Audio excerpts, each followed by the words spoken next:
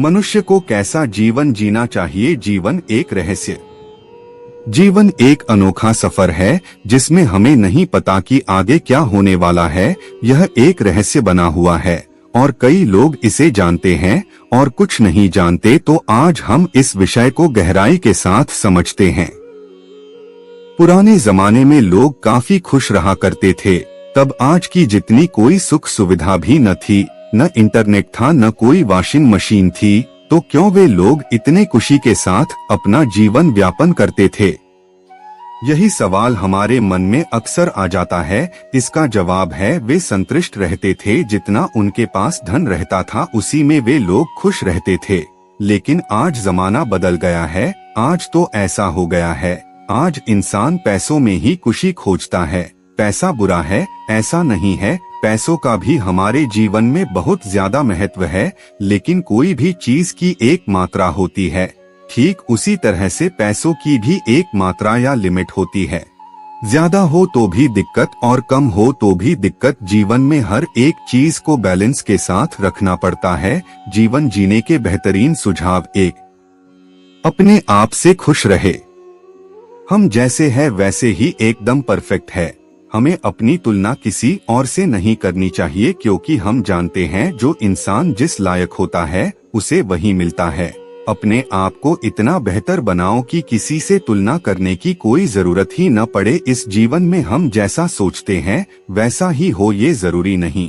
कभी ऐसा भी होता है कि हमने कल्पना बाइक की होती है और कार मिल जाती है। जो हमारे पास है उसकी कीमत करनी है और जो चाहिए उसके बारे में ज्यादा न सोच कर लगन और मेहनत से अपना काम करना चाहिए। इससे जो चीज चाहिए वह अपने आप मिल जाएगी। वैसे भी भगवान कृष्ण ने कहा ही है, कर्म करो फल की चिंता छोड़ दो, क्योंकि आज के कर्मों से ही आगे आने वाला भविष्य तय होने वाला है। दो ज्यादा सोचना बंद करे।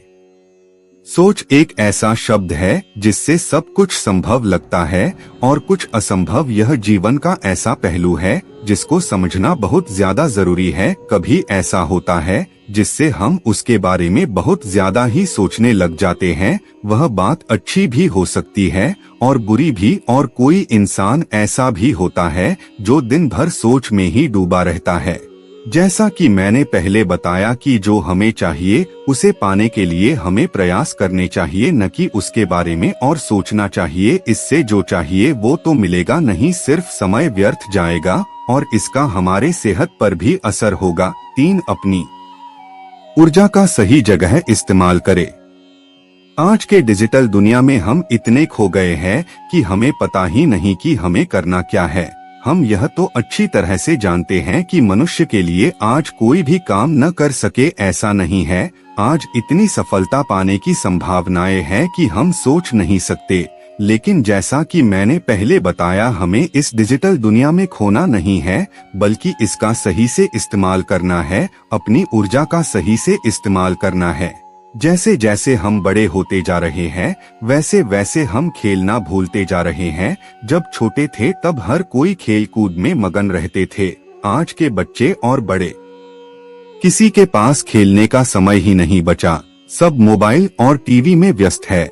आगे आने वाले भविष्य में इस वजह से कितनी बीमारियां आएगी किसी को नहीं पता। लेकिन एक बीमारी तो पक्की है, वह है ब्रेन फॉग। यह एक ऐसी बीमारी है जिसमें हमारी सोचने की शक्ति पर असर पड़ता है। इससे याददाश्त कमजोर होती है। हम हमेशा कंफ्यूज रहने लग जाते हैं। इसलिए आज से ही आप बड़े हो या फिर छोटे, हम क्या कर रहे हैं, हमने क्या किया है और हमें करना क्या है, इसका पता होना बहुत ज्यादा जरूरी है। हमने जो किया है उसे तो नहीं बदल सकते, लेकिन जो आज हम कर रहे हैं उसे हम जरूर बदल सकते हैं। यह आसान काम तो नहीं है, लेकिन कोई मुश्किल भी नहीं है। बस अपनी एक अच्छी आदत बनानी है। सुबह जल्दी उठना है, अपने दिन की शुरुआत अच्छे विचारों के साथ करनी है, सबके साथ संभाव से रहना है। बाहर खेले जाने वाले खेल जैसे कि क्रिकेट, वॉलीबॉल, बैडमिंटन, इस तरह के खेलों को खेलकर आपका दिमाग भी अच्छा महसूस करेगा और आपका एक तरह से व्यायाम भी हो जाएगा। इस तरह से आप अपना कीमती समय और ऊर्जा का सही जगह इस्तेमाल कर सकते हैं। 4, अपने आप को सम्मान दे। सम्मान एक ऐसा शब्द है जिससे देकर और पाकर बड़ी खुशी मिलती है। हम अक्सर दूसरों का तो सम्मान करते हैं, लेकिन अपना खुद का सम्मान नहीं करते।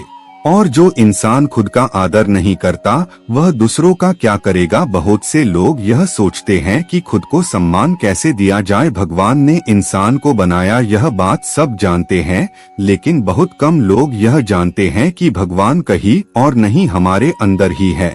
और हमें यही सोचना चाहिए कि हम खुद को नहीं, हमारे अंदर के भगवान को सम्मान दे रहे हैं। अच्छे कपड़े पहनिए, अच्छा भोजन करिए, लोगों से प्रेम पूर्वक बात करिए। सबके लिए यह सब चीजें करना मुश्किल हो सकता है, लेकिन प्रयास करते रहे। अपने जीवन को हो सके उतना अच्छी तरह से जिए, इसी को हम एक सम्मान पूर्वक जीना कह सकते हैं। 5 जितनी जरूरी हो उतनी नींद ले। नींद जीवन का सबसे बड़ा महत्वपूर्ण हिस्सा है। एक अच्छी नींद ही निर्णय लेती है कि आपका अगला दिन कैसे जाएगा। सोना सबको पसंद है, चाहे वह सोना गोल्ड हो या फिर जो हम रात में सोते हैं वह सोना हो। विज्ञान के अनुसार हमारे शरीर को 6 घंटों की नींद आवश्यक होती है। अगर इससे कम सोया जाए तो यह हमारे लिए कठिनाइयां खड़ा कर सकता है, जैसे कि आंखों से कम दिखाई देना, किसी भी काम में मन नहीं लगना, चिड़चिड़ा स्वभाव हो जाना। इसलिए कम से कम 6 घंटे और ज्यादा से ज्यादा 8 घंटों की नींद लेनी चाहिए। खाना खाने के लगभग 2 घंटों के बाद ही सोए। अगर तुरंत सोएंगे तो सीने में जलन हो सकती है, आपकी पाचन करने की क्षमता कम हो जाती है, बेचैनी बढ़ जाती है, इससे आपके स्वास्थ्य पर बुरा असर पड़ता है। इसलिए खाना खाने के 2 से 3 घंटे के बाद ही सोने जाएं। अच्छी नींद के लिए हमें सोने से पहले कोई भी अच्छी किताब पढ़नी चाहिए, जिससे आपको नींद जल्दी आएगी और आपके ज्ञान में भी वृद्धि होगी। इस तरह से आप एक अच्छी नींद ले सकते हैं। 6 सबके साथ समभाव से रहे। समभाव यानी सबके साथ समान भाव से रहे। इसको हम एक उदाहरण के तौर पर समझते हैं। एक राजा था जो सबके साथ प्रेम पूर्वक अपने राज्य को चला रहा था। एक दिन उसे रात्रि के समय में सपना आता है, जिसमें एक साधु उन्हें कहता है, राजन, कल रात्रि के समय में आपको एक सांप अपने पिछले जन्म की शत्रुता का बदला लेने के लिए आने वाला है। और साधु राजा से यह भी बताते हैं कि वह सांप कहाँ रहता है और वह किस मार्ग से राजभवन में आपके कक्ष तक आएगा। राजा जब सुबह उठते हैं तो उन्हें अपनी सुरक्षा की चिंता होती है। कुछ समय सोचने के बाद राजा इस निर्णय पर पहुंचते हैं कि जिस प्रकार हम अपने मित्र से व्यवहार करते हैं, ठीक उसी तरह से हम उस सांप के प्रति व्यवहार करेंगे। तो राजा रात होने के पहले सांप के बिल से लेकर अपने शयन कक्ष तक सुगंधित फूल और मीठे दूध से भरे कटोरे रख देते हैं और सैनिकों को यह आदेश देते हैं कि जब सांप आए तो उसे किसी भी तरह का कष्ट नहीं होना चाहिए। रात का समय होता है। सांप अपने बिल से निकलकर राजा के राजभवन के लिए निकलता है। जैसे जैसे वह आगे बढ़ता है, वह अपने स्वागत की तैयारी देखकर बड़ा खुश होता है। मीठे दूध का सेवन करते हुए और सुगंधित फूलों पर चलकर उसके मन में स्नेह का भाव आने लग जाता है।